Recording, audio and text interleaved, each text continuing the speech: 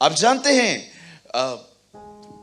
कुछ लोग यहाँ पर फाइनेंशियली ब्लेस्ड हो सकते हैं, लेकिन हो सकता है कुछ लोग यहाँ पर ऐसे भी हो सकते हैं जो कहें ब्रदर बहुत तकलीफ हो रही है अभी। आपके चर्च में भी हम कैसे पहुंचते हैं हमें पता है। मैं कई बार जब मॉर्निंग में ऑफिस जाता हूं, मैं देखता हूं 9:15 9:20 को एक गाड़ी, 9:25 को एक गाड़ी आती है और वहां से भीड़ चलते चलते चलते चलते यहाँ आती है। आप सोचो आपके चर्च में कुछ ऐसे भी लोग हैं बेचारे स्टेशन से यहां तक पैदल आते हैं, कितना दूर है। जो गाड़ियों पे घूमते हैं, आप आके दिखाओ शिवाजी चौक पे आप ऐसे हो जाओगे।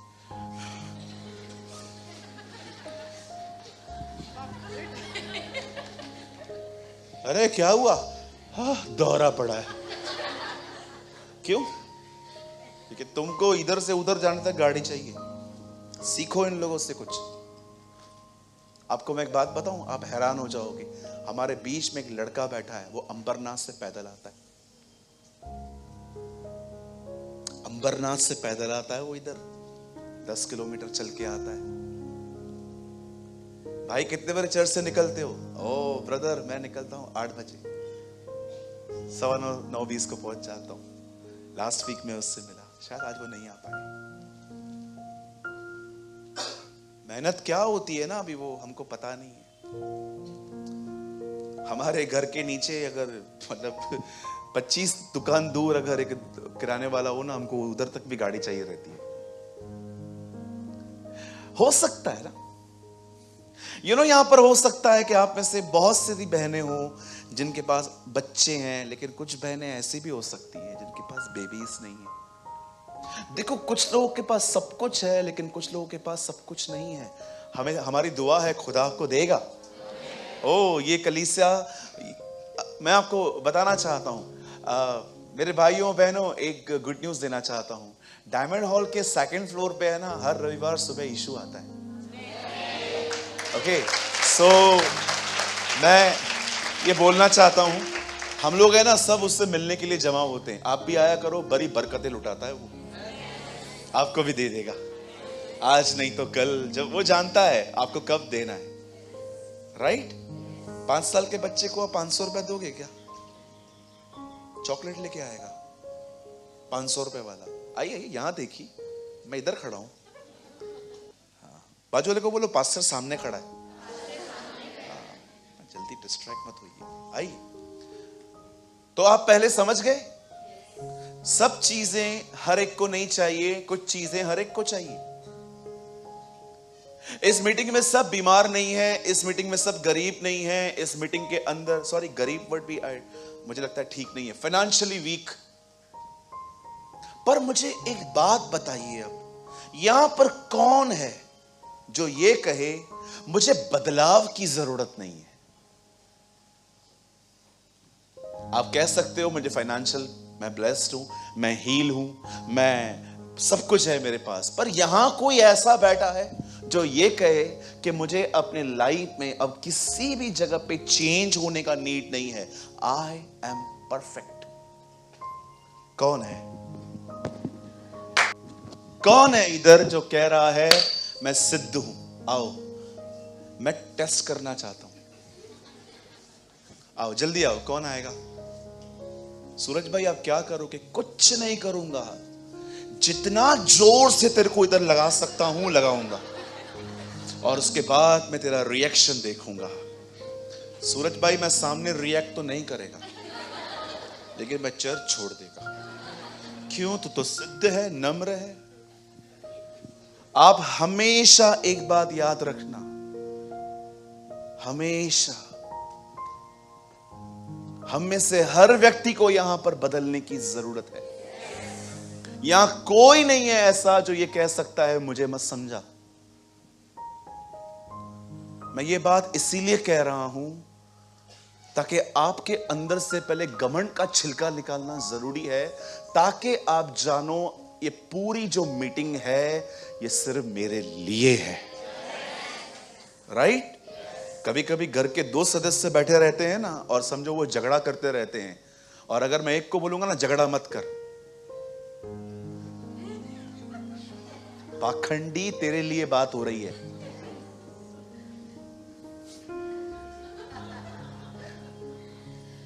हाँ बिल्कुल। सोचो मेरा एक सगा भाई है और मेरे बाजू में बैठा है और हम लोग लफड़ा करते रहते हैं, घर के अंदर मारते पीटते रहते हैं, और पास्टर दिनेश प्रीच कर रहे थे, झगड़ा मत करो,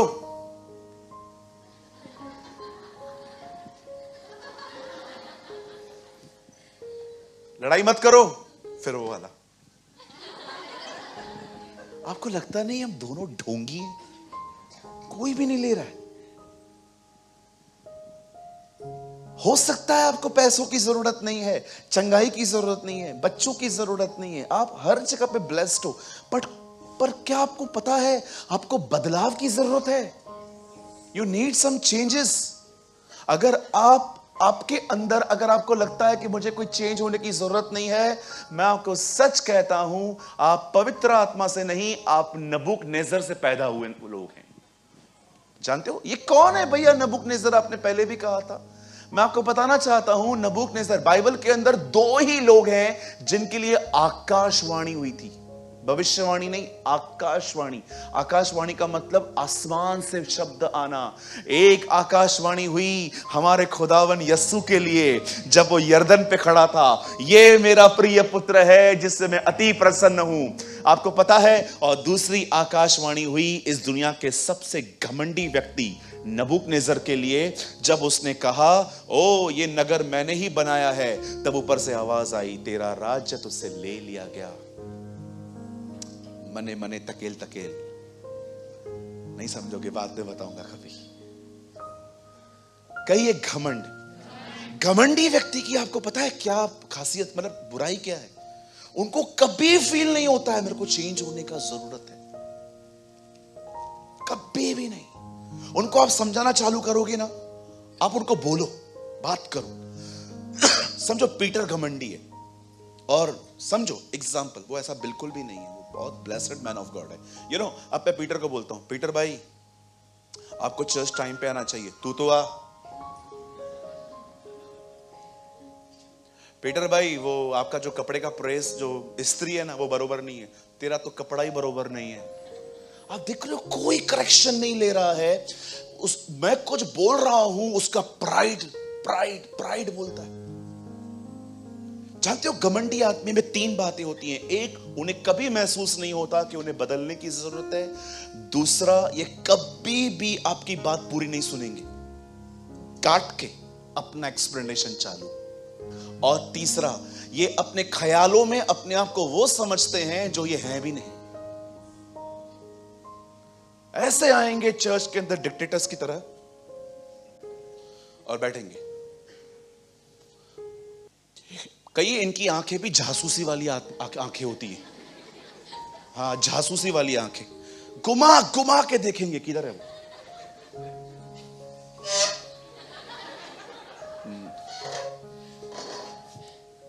चर्च आए हो, अपना काम करो ना, काय को उसको देखते हो? वो किधर है, वो किधर है, किसके चमचे हो? किसको इंफॉर्मेशन देनी है तुम्हें? भैया मुझे हर्ट कर रहा है, धन्यवाद तुम सुन रहे हो।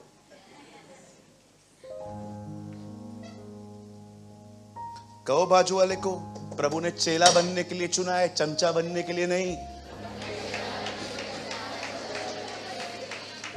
ओहो सूरज भाई, मजा आ रहा है आज, अभी और आएगा।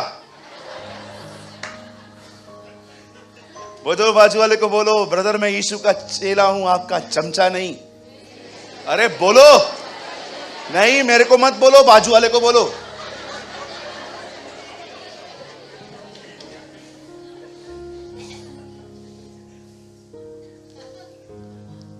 मुझे खुदा ने बहुत साल पहले कहा था, जब भी तू बाइबल प्रीच करेगा लोग हर्ट होंगे, यस लॉर्ड, लेकिन उसके बाद एक स्टेप आएगा, वो स्वतंत्र हो जाएंगे। आमीन। तुम सत्य को जानोगे और सत्य तुम्हें स्वतंत्र करेगा। You will know the truth and truth will make you free. कौन है ट्रूथ? यीशु ने कहा मैं सत्य हूं, तुम मुझे जान के आजाद हो जाओगे। मैं क्या चाहता हूं, आप समझ पा रहे हैं? अब सुनो, अगर आपको लगता है कि यस ब्रदर प्रेमानी, मेरे को बदलाव का नीड है, मुझ में बहुत काम बाकी है, मेरे अंदर बहुत सारा काम बाकी है, सुनिए यहां देखिए, बदलाव कभी सोचने से नहीं आता। चेंजेस कभी भी सोचने से नहीं आती।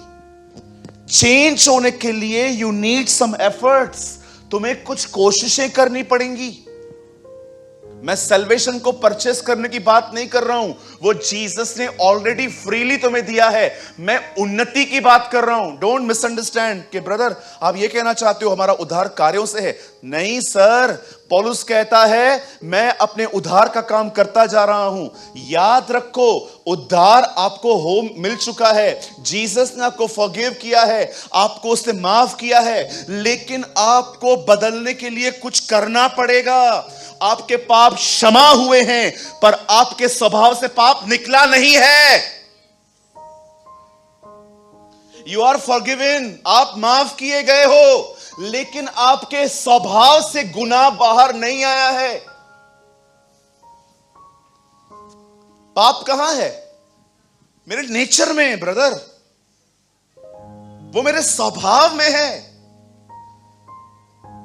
मुझे प्रभु ने माफ किया है, मैं इससे बहुत खुश हूं, लेकिन माफ होने के बाद मुझे दोबारा उन कामों का अंबार नहीं लगाना है। मैंने कितने लोग देखे हैं, इंक्लूडिंग मी, मैं अपने साथ जोड़ रहा हूं, मैंने कितने लोग देखे हैं जो मसीह में आए, लेकिन उनका लाइफस्टाइल वही है, खुदा बदला है, मन नहीं। कुछ लोगों को तो मैंने यह भी देखा कि उन्होंने मसीह में आने के बाद जो बुराई की, उससे पहले भी कभी नहीं की थी। तुम माफ किए गए हो, चेंज होना बाकी है। अब मैं आपको स्टेप बताता हूं। अगर आपको लगता है, कितनों को लगता है मुझे बदलने की जरूरत है, मैं पहला व्यक्ति हूं ब्रदर, मैं हम्बली बात कर रहा हूं। मैं आपको कहना चाहता हूं मुझे बदलना है। मैं आज भी कभी कभी मुझे लगता है मुझे कहां पर नहीं बोलना चाहिए, चुप रहना चाहिए, फिर भी बोलता हूं। याकूब कहता है निकट आओ, ये एफर्ट है, ये नॉन क्रिश्चियन को बताने वाला। याकूब की पत्री विश्वासियों को लिखी गई है, अविश्वासियों को नहीं। अविश्वासियों से बातें पढ़ेंगे। देखो यहां पर क्या लिखा है, परमेश्वर के निकट आओ तो वह भी तुम्हारे निकट आएगा। खुदा कहता है मैं आने के लिए तैयार हूं, तू भी तो कदम बढ़ा। हम लोग है ना एक ऐसी दुनिया में रहते हैं जहां पर हमें लगता है सब खुद ब खुद होगा। नहीं होगा। मैं 3 बार बोलूंगा ताकि आपके दिमाग में छप जाए, नहीं होगा, नहीं होगा। बैठे रहो, प्रभु ने मुझे माफ किया है, मैं खुद ही बढ़ूंगा। अरे अब तक क्यों नहीं हुआ? फिर अपने कंफर्ट जोन से बाहर आओ। हमेशा याद रखो 40 साल तक मन्ना ऊपर से गिरता रहा, पर जिस दिन उन्होंने इज़राइल की जमीन पे पैर रखा वो मन्ना गिरना बंद हो गया। क्यों? अब परमेश्वर चाहता था ये लोग खुद करें। एक टाइम आता है जब परमेश्वर आपको भरपेट खिलाता रहता है, लेकिन एक टाइम ऐसा भी आता है अब वो कहता है अर्न करना सीख, नहीं तो हैंडीकैप रह जाएगा तू। आप सोचते हो स्ट्रगल बुरे होते हैं, मैं कहता हूं struggling periods are very good periods. वो दिन जिनमें तुम मशक्कत करते हो, तुम जिम करते हो, ओ मैं आपको सच कहता हूं आशीषित हैं वो साल जिन सालों में तुम्हारी किसी ने मदद नहीं की, तुमने खुद अपनी मदद की, खुदा के अनुग्रह से तुम खड़े हुए। मैं आपको बताना चाहता हूं यही कारण है आज तुम्हारे पांव हिरनियों की तरह हैं। धन्यवाद हो उन लोगों के लिए जिनको बाप का बना बनाया बिजनेस नहीं मिला, तुम्हें जीरो से उठना पड़ा। आप देखो जिनको मिल गया वो कितने मैच्योर हैं आज। आप सोचो मेरी बहन, आपके टफ बॉस ने आपको कितना खुदा के करीब पहुंचा दिया। आपके टफ टाइम ने आपको कितना खुदा के करीब लेके आया। कुछ लोगों को बर्फ की तरह मुझे खुदेड़ना पड़ता है प्रार्थना करना। देखा है आपने बर्फ का एक लोखंड से वो टूटता है। प्रार्थना करना, बाइबल पढ़ना, वचन पढ़ना, नहीं उठते ठंडे बर्फ की तरह। लेकिन कुछ लोग ऐसे होते हैं, इतना स्ट्रगल स्ट्रगल स्ट्रगल, वो इतना टूटे हुए रहते हैं। आप उन्हें एक वर्ड कह दो, खुदा तेरे साथ है, रोते रोते दुआओं में चले जाते हैं।